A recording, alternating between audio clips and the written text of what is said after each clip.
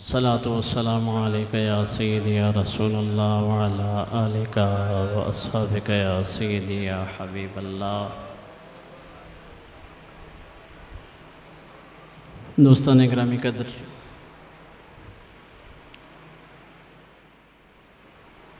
اللہ رب العزت کے حضور کروڑہا مرتبہ سجدہ شکر کو ادا کرتے ہیں کہ رب کائنات نے ہم گناہگاروں کو اس خوبصورت بابرکت رحمتوں بھری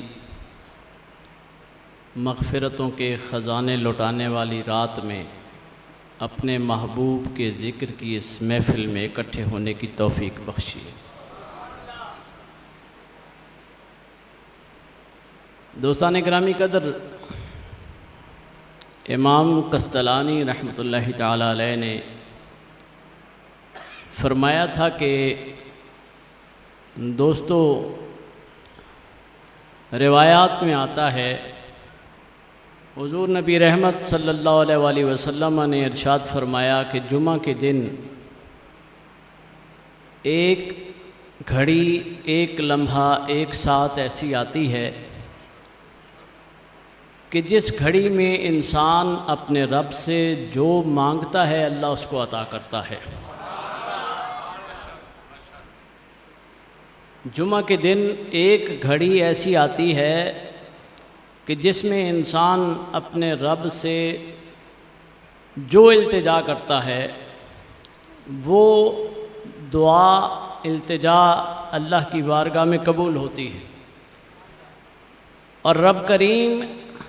اپنے مانگنے والے بندے کو، سوال کرنے والے بندے کو جو وہ مانگ لیتا ہے، دنیا مانگتا ہے رب دنیا عطا کرتا ہے، آخرت مانگتا ہے رب آخرت عطا کرتا ہے، قربت مانگتا ہے میرا رب اسے اپنی قربت عطا فرماتا ہے۔ امام قسطلانی فرماتے ہیں کہ رسول کریم علیہ الصلاۃ والتسلیم نے اس کی وضاحت نہیں فرمائی کہ جمعے کے دن وہ گھڑی کس وقت میں آتی ہے، لیکن یہ ضرور ہے کہ اس گھڑی میں برکتیں، اللہ کی رحمتیں اپنے عروج پہ ہوتی ہیں۔ علماء فرماتے ہیں کہ یہ گھڑی وہ گھڑی ہے جس میں حضرت آدم علیہ نبینا علیہ الصلاۃ والتسلیم کی پیدائش ہوئی تھی، آپ کی تخلیق ہوئی تھی، اور وہ گھڑی ہے جس میں آپ کی توبہ کو اللہ نے قبول فرمایا تھا۔ تو حضرت آدم علیہ السلام کی تخلیق کی اس گھڑی میں اور آپ پر اللہ کی رحمت کے نزول کی اس گھڑی میں آپ فرماتے ہیں جب اللہ کی رحمت اتنی جوش میں ہوتی ہے، اللہ کو وہ گھڑی، وہ ساتھ اتنی پسند ہے کہ بندہ اس گھڑی میں اللہ سے جو مانگتا ہے میرا رب اس کو وہ عطا کرتا ہے، اپنے بندے پہ خصوصی توجہ فرماتا ہے۔ امام قسطلانی فرماتے ہیں کہ تم کیا خیال کرتے ہو، وہ گھڑی جس میں دو عالم کے محبوب تشریف لائے ہو، جن کے لیے رب نے کائنات تخلیق کی ہے وہ تشریف لائے ہو، جو امام الانبیاء ہیں وہ تشریف لائے ہو، جو حضرت آدم علیہ السلام کے بھی نبی ہیں وہ تشریف لائے ہوں، امام قسطلانی فرماتے ہیں پھر اس ساتھ میں میرے رب کی رحمت کتنے عروج پہ ہوگی۔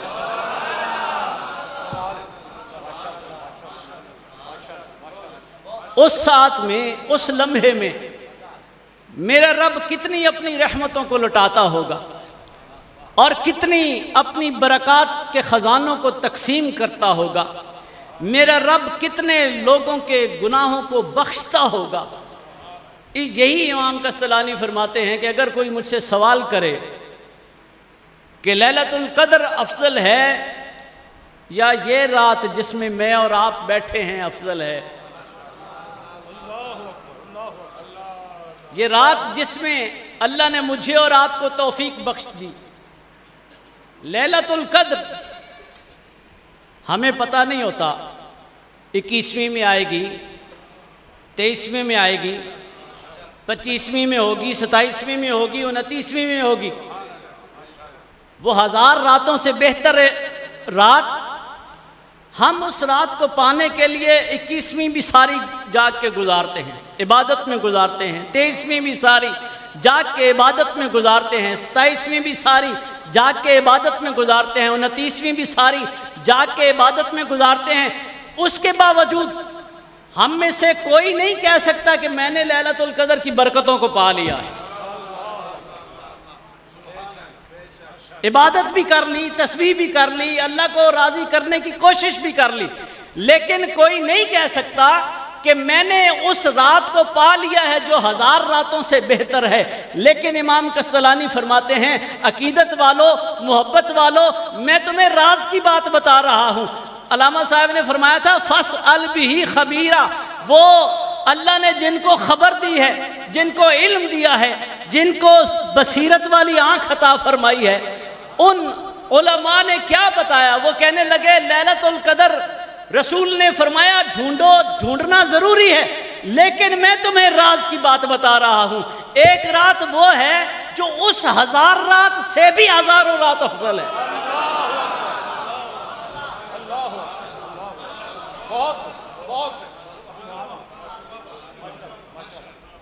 ایک رات وہ ہے جو اس 1000 رات کی فضیلت رکھنے والی رات سے بھی افضل ہے۔ آپ فرماتے ہیں مجھے کوئی کہے گا وہاں تو قرآن کہہ رہا ہے، وہاں تو قرآن جو ہے وہ اس بات پہ شاہد ہے کہ لیلۃ القدر جو ہے وہ 1000 رات سے افضل ہے۔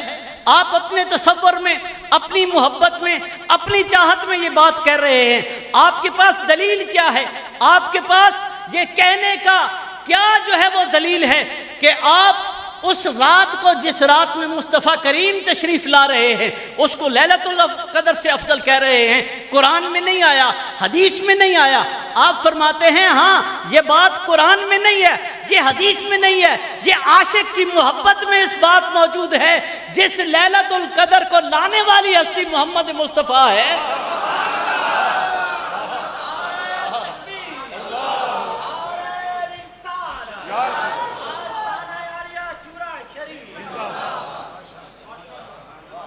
آپ فرماتے ہیں یہ تو سوچو،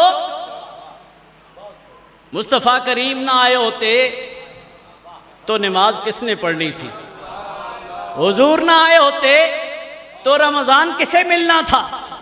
حضور نہ آئے ہوتے تو قرآن کہاں اترنا تھا؟ میرے آقا کا سینہ موجود نہ ہوتا،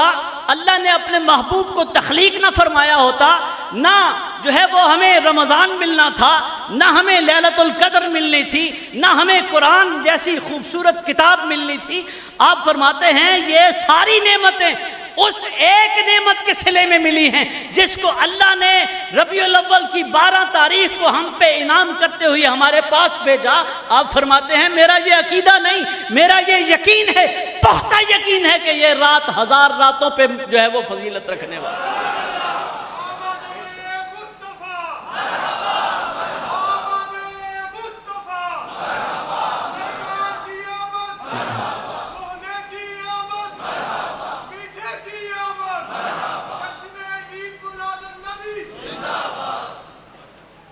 میں نے آپ کے سامنے قرآن مجید فرقان حمید سے آیہ کریمہ تلاوت کی۔ اللہ کریم حضرت عیسیٰ علیہ نبینا علیہ الصلاۃ والسلام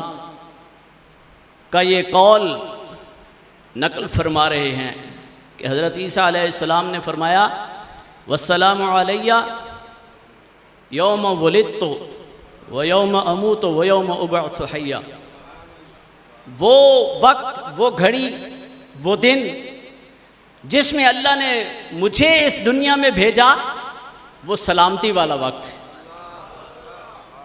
وہ امن و عافیت والا دن ہے، وہ بڑی برکات والا دن ہے، وہ بڑی رحمتیں بکھیرنے والا دن ہے۔ جس دن مجھے میرے رب نے اس دنیا میں بھیجا، آپ تصور کر سکتے ہیں وہ جن کے ذہن میں یہ خیال ہے، جو اس خیال میں بھٹکے ہوئے ہیں کہ فلاں نے میلاد نہیں منایا، فلاں نے نہیں منایا، فلاں نے نہیں منایا، ہم کیوں منائیں؟ یہ اس دن میں کوئی برکت کے بارے میں جو ہے وہ روایات موجود نہیں ہیں، ہم کیوں منائیں؟ قرآن فکر کی دعوت دیتا ہے، قرآن جمود کی دعوت نہیں دیتا۔ ہمارے اسلاف نے قرآن سے تدبر کیا، تفکر کیا، سمجھا، آیات میں سمجھا۔ جب قرآن کہہ رہا ہے وہ اللہ کا نبی جو اس نبی کی امت میں آنے کی دعا کر رہا ہے،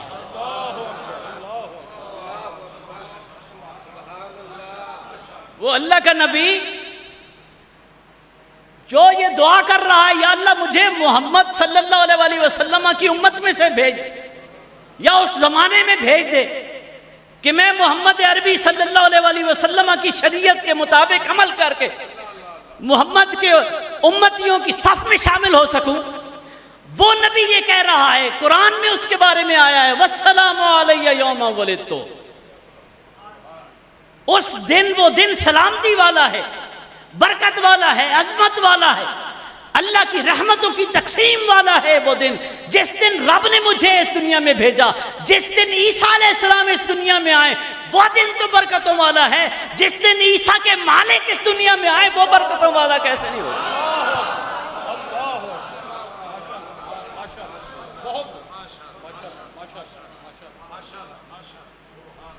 صلی اللہ علیہ وسلم، حضور نبی رحمت، ہمارا یہ فخر ہے۔ ہمارے آقا و مولا جس رات، جس گھڑی، جس دن کریم آقا صلی اللہ علیہ وسلم کے ساتھ وہ قاضی ایاز مالکی رحمۃ اللہ تعالی علیہ، آپ فرماتے ہیں رسول اللہ صلی اللہ علیہ وسلم کی عزت و تکریم یہی نہیں ہے کہ آپ کے فرمان کو سن لیا جائے اور اس پہ عمل کر لیا جائے۔ آپ فرماتے ہیں رسول اللہ صلی اللہ علیہ وسلم کی عزت و تکریم یہ ہے کہ جس چیز کی نسبت مصطفیٰ کے ساتھ ہو گئی، اس چیز سے تم محبت کرو اور اس کی عزت و تکریم کرو۔ پھر وہ عزت و تکریم جو اللہ رب العزت قرآن مجید میں ارشاد فرما رہے ہیں، وہ تعزروا و توقروا، یہ عزت و تکریم کا حکم تب پورا ہوگا جب مصطفیٰ کریم صلی اللہ علیہ وسلم کے ساتھ جس جگہ کی نسبت ہو گئی، وہ مکہ میں ہے، وہ مدینہ میں ہے، وہ راہ ہجرت میں ہے، سفر ہجرت میں ہے۔ آپ فرماتے ہیں جس جگہ کی نسبت مصطفیٰ کے ساتھ ہو گئی، اس جگہ کی عزت و تکریم امت پہ لازم ہے۔ جس کتاب کی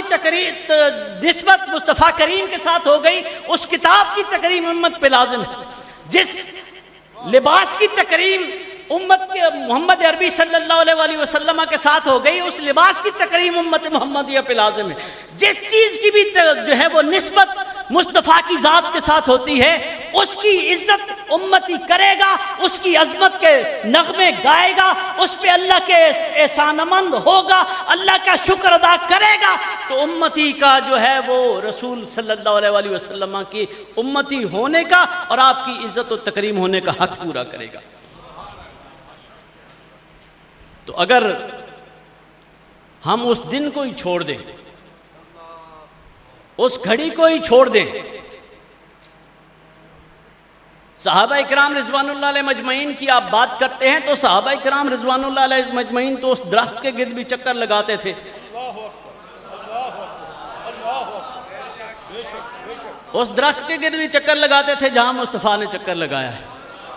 اس جگہ پہ بھی جا کے بیٹھا کرتے تھے جہاں مصطفیٰ کریم بیٹھا کرتے تھے۔ ہر اس جگہ کی عزت و تکریم صحابہ نے سکھائی، ہر اس دن کی عزت و تکریم صحابہ نے سکھائی، اور مصطفیٰ کریم صلی اللہ علیہ وسلم نے تو خود فرمایا میں پیر کے دن روزہ اس لیے رکھتا ہوں کہ اس روز میری پیدائش ہوئی تھی۔ رسول کریم علیہ الصلوۃ والتسلیم سے میلاد کے بارے میں اس سے بڑا کیا ثبوت ہو سکتا ہے کہ آپ نے اپنے دن کو روزہ رکھ کر اللہ کے حضور شکر گزاری جو ہے وہ اس کو امت کے لیے سنت قرار دے دی۔ تو حضور نبی رحمت صلی اللہ علیہ وسلم اللہ رب العزت نے، میں نے آپ کے سامنے عرض کیا کہ کائنات ہم جانتے ہیں، روایات میں آتا ہے اللہ رب العزت نے اس سارے بکھیڑے کو بنایا ہی اس لیے کہ محمد عربی صلی اللہ علیہ وسلم کی عظمت اور عفت کا اظہار ہو سکے۔ حضور نبی رحمت صلی اللہ علیہ وسلم کی عظمتوں کے اظہار کے لیے، آپ کی رفتوں کے اظہار کے لیے، ورنہ اللہ کو کیا ضرورت تھی؟ اللہ رب العزت نے نبی، ہم یہ جانتے ہیں انبیاء کو اللہ رب العزت کیوں مبعوث فرماتے ہیں؟ لوگوں کی ہدایت کے لیے، لوگوں کی ہدایت کے لیے نبی مبعوث ہوتا ہے، ان کی رہنمائی کے لیے۔ لیکن رب کریم ارشاد فرما رہا ہے وَإِذْ أَخَذَ اللَّهُ مِيثَاقَ النَّبِيِّينَ لَمَا آتَيْتُكُم مِّن كِتَابٍ وَحِكْمَةٍ ثُمَّ جَاءَكُمْ رَسُولٌ مُّصَدِّقٌ لِّمَا مَعَكُمْ لَتُؤْمِنُنَّ بِهِ وَلَتَنصُرُنَّهُ۔ اگر صرف بندوں کی رہنمائی مقصود ہوتی تو ہر نبی نے اپنے وقت میں آ کر اپنی ڈیوٹی پوری کر کے چلے جانا تھا۔ انبیاء سے یہ وعدہ لینے کی کیا ضرورت تھی کہ تم میرے نبی، میرے محبوب محمد کی مدد کرواؤ گے؟ اگر نبی کا کام صرف تبلیغ کی حد تک ہوتا تو تبلیغ تو وہ کرتے تھے، اللہ کی طرف ہدایت بھی دیتے تھے، لوگوں کو بلاتے بھی تھے، تبلیغ کرتے تھے، اپنا فریضہ پورا کرتے تھے، لیکن اللہ رب العزت ہر نبی سے یہ وعدہ لیتا تھا، ہر نبی سے یہ وعدہ لیتا تھا، خود بھی اقرار کرو، اپنے امتی کو بھی بتا کے جاؤ میرا محمد آیا تو اس کو سلام کریں گے، میرا مصطفیٰ آیا تو اس کی تعظیم کریں گے، اس پہ ایمان لائیں گے، اس کی کہی ہوئی بات مانیں گے۔ اس کا مطلب یہ ہے کہ نبیوں کا کام فقط اللہ کی طرف دعوت دینا نہیں تھا، فقط اللہ کی طرف دعوت دینا نہیں تھا۔ اللہ رب العزت نے وَرَفَعْنَا لَكَ ذِكْرَكَ کا جو وعدہ کیا ہے اللہ رب العزت نے وہ کر کے دکھایا ہے، پہلے نبی سے لے کر رسول اللہ صلی اللہ علیہ وسلم سے پہلے حضرت عیسیٰ علیہ نبینا علیہ السلام تک آنے والے ہر نبی سے رب تعالیٰ نے یہ وعدہ لیا میرے محمد کا تذکرہ کرتے اس دنیا سے جاؤ گے، میری طرف بلانا ہے، دعوت میری دینی ہے، تبلیغ میری طرف کی کرنی ہے، میری وحدانیت کا اقرار بھی کرنا ہے، لیکن یہ یاد رکھنا فقط میری دعوت دے کر اس دنیا سے نہیں چلے جانا، میرے مصطفیٰ کے جھنڈے بھی گاڑ کے جانا ہے، میرے نبی کی عظمت کے جھنڈے بھی گاڑ کے جانا ہے۔ تو رسول اللہ صلی اللہ علیہ وسلم، حضور نبی رحمت صلی اللہ علیہ وسلم، اللہ رب العزت نے ہمیں ایسا خوبصورت نبی عطا فرمایا ہے، ایسا کرم فرما نبی عطا فرمایا ہے کہ حضرت اماں حلیمہ سعدیہ رضی اللہ تعالیٰ عنہ آپ فرماتی ہیں، آپ لوگوں نے سن رکھا ہے کہ رسول کریم علیہ الصلوۃ والتسلیم جب بی بی حلیمہ پاک کے گھر تشریف لاتے ہیں تو آپ فرماتی ہیں کہ اللہ رب العزت نے میرے گھر میں اپنے رزق کے خزانوں کا منہ کھول دیا تھا۔ حضرت ابو طالب فرماتے ہیں کہ جس روز محمد عربی صلی اللہ علیہ وسلم ہمارے دسترخوان پہ موجود ہوتے تھے ہمارا کھانا بچ جاتا تھا، جس دن مصطفیٰ کریم اس دسترخوان پہ نہیں ہوتے تھے ہمارا کھانا تھوڑا ہو جاتا تھا۔ یہ بات سمجھنے کی ہے، رب تعالیٰ نے اپنا وہ محبوب ایسا عطا فرمایا ہے جو اس کے ذکر میں لگ جاتا ہے، جس کے ساتھ اس کی نسبت ہو جاتی ہے، اللہ رب العزت اس کو باغ و بہار فرما دیتے ہیں، اس گھر میں بہاروں کا برکتوں کا نزول ہوتا ہے، اس شہر میں برکتوں کا نزول ہوتا ہے، اس سرزمین پہ برکتوں کا نزول ہوتا ہے جہاں مصطفیٰ کا تذکرہ ہوتا ہے، جس شہر کی نسبت مصطفیٰ کریم صلی اللہ علیہ وسلم کے ساتھ ہو جاتی ہے۔ ہم میلاد اسی لیے مناتے ہیں کہ جب مصطفیٰ کریم علیہ الصلوۃ والتسلیم کا تذکرہ ہوگا، حضور نبی رحمت صلی اللہ علیہ وآلہ وسلم کا نامی لیا جائے گا، آپ کی عظمتوں کا ڈنکا بجایا جائے گا، آپ کی عظمتوں کا اظہار ہوگا، وہ رب جس نے انبیاء کو یہ فریضہ سونپا تھا میرے محبوب کا تذکرہ کیے بغیر اس دنیا سے نہ جانا، جب ہماری زبانوں سے اس خاتم النبیین کا تذکرہ ہوگا، ہمارا رب ہم پہ راضی ہوگا، ہمارے گناہوں کی بخشش بھی فرمائے گا اور اپنی برکت و رحمتوں کے دروازوں کو بھی واہ فرمائے گا۔ دوستان گرامی، یہ بات یاد رکھنے کی ہے، ہم 1500 سالہ جشن میلاد منا رہے ہیں۔ یہ 1500 سالہ جشن میلاد اس بات کی گواہی ہے کہ رسول اکرم صلی اللہ علیہ وآلہ وسلم اللہ رب العزت نے جو یہ ارشاد فرمایا ہے، ما کان محمد ابا احد من رجالکم ولکن رسول اللہ وخاتم النبیین، کہ نبی رحمت صلی اللہ علیہ وآلہ وسلم کو، میرے محبوب محمد صلی اللہ علیہ وآلہ وسلم کو میں نے ختم الانبیاء اور ختم الرسل بنا کے بھیجا ہے۔ اس بات کی طرف دھیان دلانا ضروری ہے کہ حضور نبی رحمت صلی اللہ علیہ وآلہ وسلم ہمارے درمیان اب وہ لوگ سامنے آ رہے ہیں، سوشل میڈیا پہ عام ہو رہے ہیں، جو حضور نبی رحمت صلی اللہ علیہ وآلہ وسلم کی ختم نبوت اور ختم رسالت پہ بات کرتے ہیں۔ تو جہاں حضور نبی رحمت صلی اللہ علیہ وآلہ وسلم کی عظمت و شان ہمارے ذہن میں موجود ہونی چاہیے، وہاں ہماری عوام کو یہ بات سمجھنی چاہیے اور اس بات کو لوگوں تک پہنچانا چاہیے۔ ہماری اس کمی کی وجہ سے عام لوگ جو ہیں وہ ان جال پھیلائے بیٹھے شکاریوں کے جال میں پھنس رہے ہیں اور اپنے ایمان کو برباد کر رہے ہیں، اپنی آخرت کو برباد کر رہے ہیں، اپنی دنیا کو اجاڑ رہے ہیں۔ تو یہ یاد ہمیں رکھنا ہے اس 1500 سالہ جشن میلاد میں۔ میں جب یہ 1500 سالہ جشن میلاد کا تذکرہ ہوا، علماء نے کہا کہ ہم 1500 سالہ جشن میلاد منانے جا رہے ہیں، تو میرے ذہن میں یہ بات آئی کہ وہ لوگ جو اس بات کا انکار کرتے چلے آئے کہ میلاد نہیں منانا چاہیے، انہیں آج یہ بات سمجھنی چاہیے تھی کہ اگر ہمارے اسلاف نے یہ سلسلہ شروع نہ کیا ہوتا، ہمارے اسلاف نے حضور نبی رحمت صلی اللہ علیہ وآلہ وسلم کی یاد میں اس دن کو منانے کا سلسلہ شروع نہ کیا ہوتا، تو جس طریقہ سے لوگ حملہ آور ہو رہے ہیں، لوگوں کے ایمان کو چھیننے کی کوشش کر رہے ہیں، کبھی وہ بڑا مرزا ملعون جو ہے وہ نبوت کے دعوے کے ساتھ سامنے آتا ہے، کبھی چھوٹا مرزا ملعون جو ہے وہ اس بات کی دلیل دیتا پھرتا ہے کہ قادیانیوں کو آپ کافر نہیں کہہ سکتے، وہ بھی لا الہ الا اللہ محمد رسول اللہ پڑھ رہے ہیں۔ اگر قادیانی لا الہ الا اللہ محمد رسول اللہ پڑھیں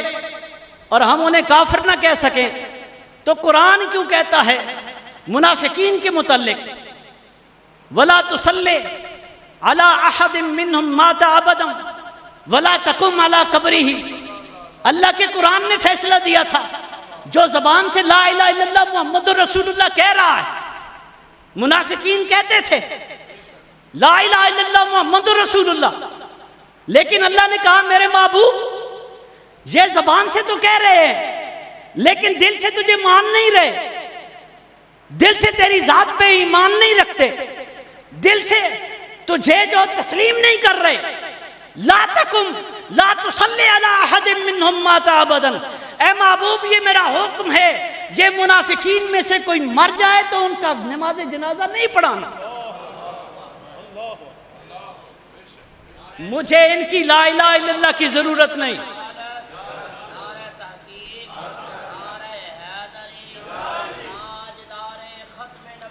زندہ باد زندہ باد زندہ باد زندہ باد.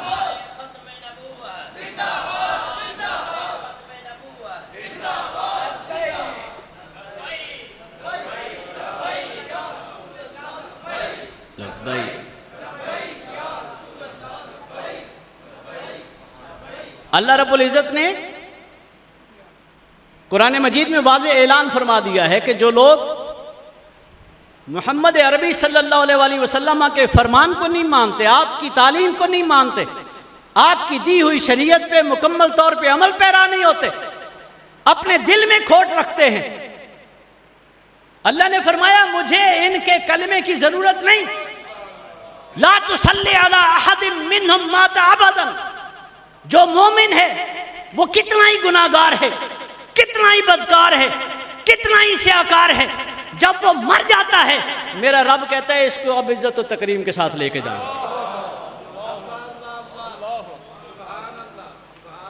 گناہگار ہے میرا اور اس کا معاملہ ہے، بدکاری کی ہے اس کا اور میرا معاملہ ہے. ہو سکتا ہے بخش دوں، ہو سکتا ہے سزا دوں، لیکن تمہارا کام کیا ہے؟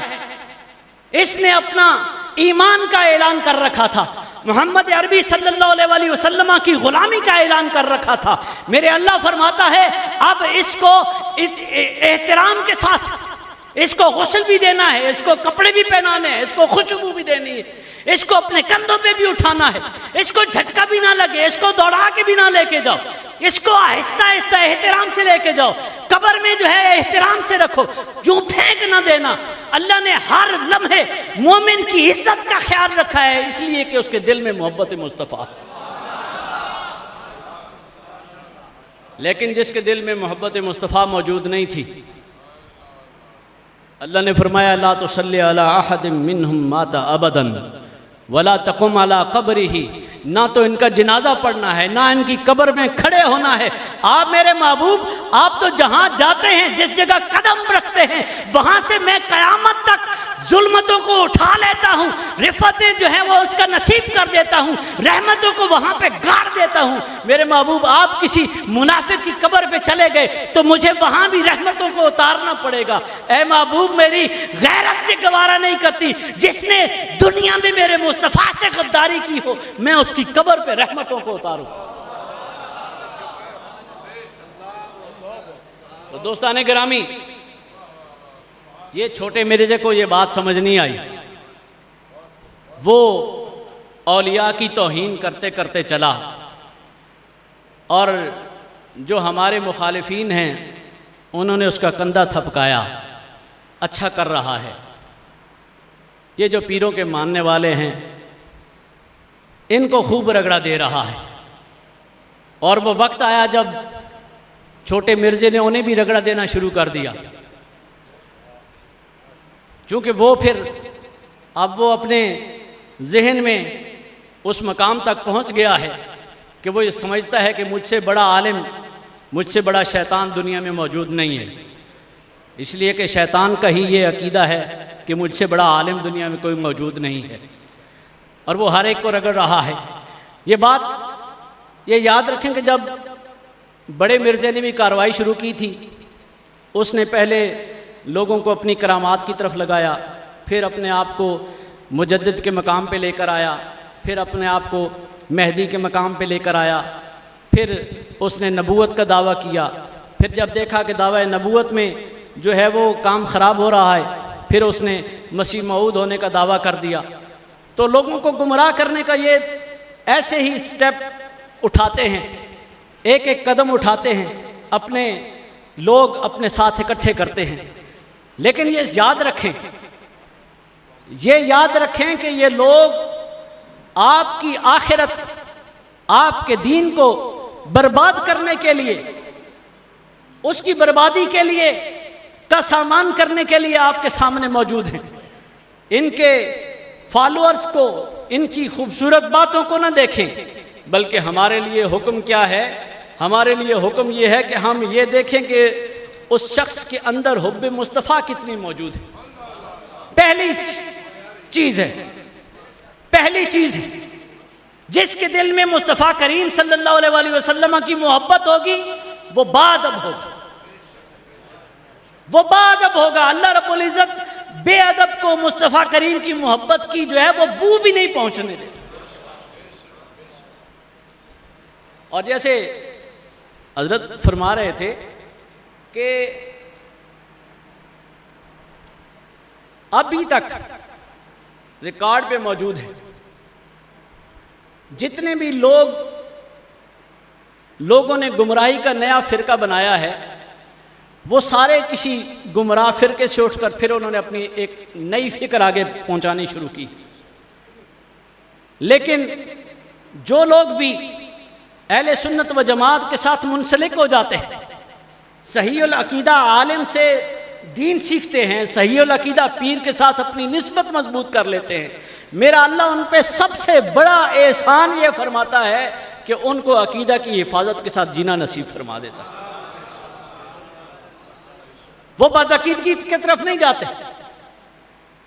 بدعقیدگی کی طرف وہی نکلتا ہے جس کا پہلے سے ہی ایمان برباد ہو چکا ہوتا ہے۔ تو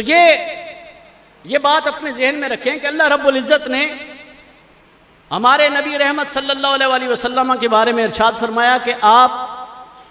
خاتم النبیین بھی ہیں، ختم المرسلین بھی ہیں، رسالت بھی آپ پہ ختم ہے، نبوت بھی آپ پہ ختم ہے۔ اس کی وجہ کیا ہے؟ نبی کا کام یہ ہوتا ہے کہ جب امت گمراہی کی طرف جا رہی ہو، حضرت مجدد الفسانی رضی اللہ تعالیٰ عنہ فرماتے ہیں کہ اللہ تعالیٰ کا ایک نظام ہے کہ جب ایک نبی اس دنیا میں آتا ہے، اللہ کی تعلیمات کو پھیلانا شروع کرتا ہے، اللہ کی طرف دعوت دیتا ہے، لوگ اس کی بات کو سن کر اس کی طرف راغب ہوتے ہیں، اس کی تعلیمات پہ عمل کرتے ہیں۔ پھر جب وہ نبی اس دنیا سے رخصت ہو جاتا ہے، حضرت فرماتے ہیں کہ آہستہ آہستہ اس کی تعلیمات لوگوں کے ذہنوں سے محو ہونا شروع ہو جاتی، اور پھر اللہ یہ کیا کرتا تھا کہ 100 سال کے بعد پھر ایک نئے نبی کو مبعوث فرما دیتا، جو لوگوں کی ہدایت کرتا، لوگوں کو پھر دین کی طرف بلاتا۔ آپ فرماتے ہیں کہ رسول اللہ صلی اللہ علیہ وآلہ وسلم کے بعد اللہ رب العزت نے نبوت اور رسالت کے دروازے کو بند کر دیا، اس کے بعد اب نبی نے نہیں آنا، اب اللہ تعالیٰ نے اس امت کے علماء کی ڈیوٹی لگائی ہے۔ جو مجدد ہوگا 100 سال کے بعد جو دین کی تجدید کرے گا وہ سب سے بڑا عالم اور فقیہ ہوگا۔ آج کل مجددین کی بھی کثرت ہو رہی ہے، جو بندہ ہے وہی قطب الاقطاب بھی ہے اور مجدد وقت بھی ہے، لیکن مجدد وہی ہو سکتا ہے جو اچھا عالم بھی ہو، تفسیر کو بھی سمجھنے والا ہو، حدیث کو بھی سمجھنے والا ہو، فقہ کو بھی سمجھنے والا ہو، اصول فقہ پہ بھی عبور رکھتا ہو، اصول حدیث پہ بھی عبور رکھتا ہو، اصول تفسیر پہ بھی عبور رکھتا ہو، علم کلام کا بھی ماہر ہو، ہر علم پہ وہ اپنی گرفت رکھنے والا ہو، اور سب سے بڑی بات یہ ہے کہ اس کا تعلق اہل سنت و جماعت سے ہو۔ جس کا تعلق اہل سنت و جماعت سے نہیں، اللہ رب العزت مجددیت تو بہت بڑا مقام ہے، اللہ رب العزت اس کو ولایت کی بو بھی جو ہے وہ نہیں محسوس ہونے دے۔ حبیب کریم علیہ الصلوۃ والتسلیم کے بارے میں اللہ رب العزت نے یہ فرمایا کہ میرا محبوب خاتم النبیین بھی ہے، ختم المرسلین بھی ہے۔ میں بس یہ بات سمجھانا چاہتا ہوں کہ حضور نبی رحمت صلی اللہ علیہ وآلہ وسلم پہ اللہ رب العزت نے، ہم دیکھتے ہیں کہ ہر چیز کا اختتام فرمایا ہے، مقامات کا اختتام فرمایا ہے، حسن کا اختتام فرمایا ہے، علم کا اختتام فرمایا ہے۔ اللہ رب العزت کہ حبیب کریم علیہ الصلوۃ والتسلیم نے ارشاد فرمایا کہ میرے رب نے جوامع الکلم عطا فرمائے، میں کلام مختصر کرتا ہوں، اس میں اللہ کی طرف سے سمندر پوشیدہ ہوتا ہے۔ میرے آقا صلی اللہ علیہ وسلم کے بارے میں حضرت جبریل امین علیہ الصلاۃ والتسلیم ارشاد فرماتے ہیں، قلبت مشارق الارض ومغاربہا فلم ارى رجلا افضل من محمد صلی اللہ علیہ وسلم۔ آپ فرماتے ہیں میں نے مشرق و مغرب کو چھان مارا، ہر ایک خاندان کو چھان مارا، ہر ایک گھر کو چھان مارا، لیکن مجھے محمد عربی صلی اللہ علیہ وسلم سے زیادہ فضیلت رکھنے والی مخلوق شخص اس اللہ کی کائنات میں کوئی ملا ہی نہیں۔ اگر اللہ رب العزت نے فضیلتوں کو اپنے محبوب پہ ختم کر دیا، حسن کو اپنے محبوب پہ ختم کر دیا، وہ کتاب جو محبوب دو عالم صلی اللہ علیہ وسلم کو عطا ہوئی، اللہ رب العزت نے فرمایا ھدی للمتقین، قیامت تک آنے والوں لوگوں کے لیے یہی قرآن جو ہے وہ تعلیم ان کی ہدایت کے لیے کافی ہے۔ اسی قرآن کی تعلیمات اور میرے محبوب کی سنت۔ یہ دوستان گرامی، اللہ رب العزت کا نظام سمجھیے، جب پہلے انبیاء گزرتے تھے ان کی تعلیمات کتابوں میں محفوظ نہیں ہوتی تھی، ان کی تعلیمات کتابوں میں محفوظ نہیں ہوتی تھی، تو سال گزرے، 10 سال گزرے، 20 سال گزرے، لوگوں نے اس میں اضافہ کر دیا، اس میں تخفیف کر دی، ان کی تنسیخ کر دی، بلا دیا اپنے نبی کی بات کو۔ لیکن میرے اللہ نے ایسا انتظام رکھا ہے، محبوب کریم صلی اللہ علیہ وسلم کی ایک ایک سنت کو محفوظ رکھا ہے۔ کریم آقا صلی اللہ علیہ وسلم کے صحابہ کرام رضوان اللہ علیہ مجمعین نے تابعین کو، تابعین نے تبع تابعین کو، تبع تابعین سے ملنے والے لوگوں نے، ان سے ملنے والے اولیاء کاملین نے، ان سے ملنے والے اولیاء کاملین نے، ہر ایک نے مصطفیٰ کی سنت کو عملاً بھی سمجھایا ہے اور لکھ کر کتاب میں بھی محفوظ رکھا ہے۔ یہ سلسلہ میرے رب نے اسی لیے رکھا ہے تاکہ قیامت تک آنے والے لوگوں کے لیے محمد عربی صلی اللہ علیہ وسلم کی سنت اور تعلیم کا سلسلہ چلتا رہے، باقی رہے، انہیں کسی اور کی ضرورت نہ رہے۔ اور جو مجدد آتا ہے، یہ بات بھی یاد رکھیں کہ جو مجدد آتا ہے وہ رسول اللہ صلی اللہ علیہ وسلم کے دین میں نئی باتیں نہیں ڈال سکتا، نئی باتیں نہیں کر سکتا، نئے عقیدے کو داخل نہیں کر سکتا، نئے عمل کو داخل نہیں کر سکتا۔ مجدد کا کام یہ ہے کہ رسول اللہ صلی اللہ علیہ وسلم جس دین کو چھوڑ کر گئے تھے، جس سنت کو چھوڑ کر گئے تھے، لوگوں کی بدعملی کو دور کر کے انہیں پھر سے اس سنت پہ لگا دے۔ اس لیے مجدد کی پہچان اگر کرنی ہے تو آپ نے اس طریقے سے دیکھنا ہے کہ وہ عالم دین بھی ہو، عالم باعمل بھی ہو، اور رسول اللہ صلی اللہ علیہ وسلم کی ذات، آپ کے اصحاب، آپ کی اولاد، آپ کے ساتھ نسبت پانے والی ہر چیز کے متعلق وہ عقیدہ بتائے جو صحابہ ہمیں بتا کے گئے۔ اور اگر کوئی اس کے خلاف چلنے والا ہے تو وہ آپ کے راہ میں آپ کے ایمان کا شکاری تو ہو سکتا ہے، وہ مجدد دین نہیں ہوتا۔ رسول اللہ صلی اللہ علیہ وسلم کو اللہ رب العزت نے یہ انعام فرمایا کہ آپ کو خاتم النبیین بھی فرما کر بھیجا، خاتم الرسل بھی فرما کر بھیجا، افضل الانبیاء افضل الرسل میرے کریم آقا صلی اللہ علیہ وسلم کی ذات ہے۔ آج ہم آپ کی یاد میں یہاں بیٹھے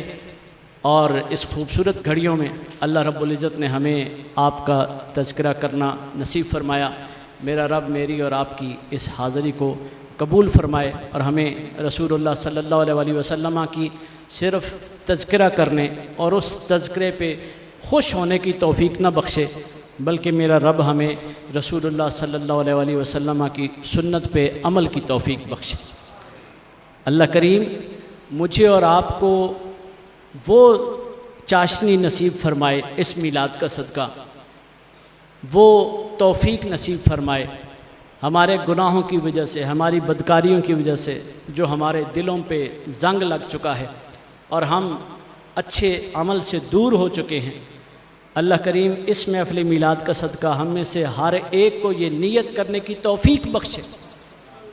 کہ جس طرح میں محبوب کا نعرہ گج بج کے لگاتا ہوں، محبوب کی آنکھوں کی ٹھنڈک، نماز کو 5 وقت میں ادا کر کے اپنے محبوب کو خوشی دوں گا۔ ہم میں سے ہر ایک یہ عہد کر کے اٹھے کہ جیسے میں لبیک کا نعرہ جو ہے وہ خوب زور و شور سے لگاتا ہوں، یہ لبیک فقط احتجاج کی صدا بلند کرنے کے لیے نہیں ہے، لبیک ہمیں رسول اللہ کی ہر آواز پہ لبیک کہنی چاہیے۔ کریم آقا صلی اللہ علیہ وسلم کی ہمارے اندر سے یہ آواز اٹھنی چاہیے، میں نے اپنے محبوب کا جو فرمان سننا ہے میں کوشش کروں گا اس پہ عمل کی، میرے اللہ تو مجھے اس کی توفیق عطا فرما۔ اگر ہم اس نیت کو اپنانا شروع کر دیں تو یقین رکھیں کہ کریم آقا صلی اللہ علیہ وسلم کو جو خوشی نصیب ہوگی وہ صرف ہمارے نعرے سے اور صرف ہمارے میلاد منانے سے ہمارے کریم کو وہ خوشی نصیب نہیں ہو سکتی جو ان کی سنتوں پہ عمل کرنے سے ان کو نصیب ہوتی۔ جتنا زیادہ وہ خوش ہوتے ہیں اتنی زیادہ وہ دعا دیتے ہیں، اور محبوب کی دعا جس کے شامل حال ہو جائے اس کے دارین سلامت ہو جاتے ہیں۔ اللہ کریم مجھے اور آپ کو اپنی اصلاح کی توفیق بخشے، وما علیہ اللہ۔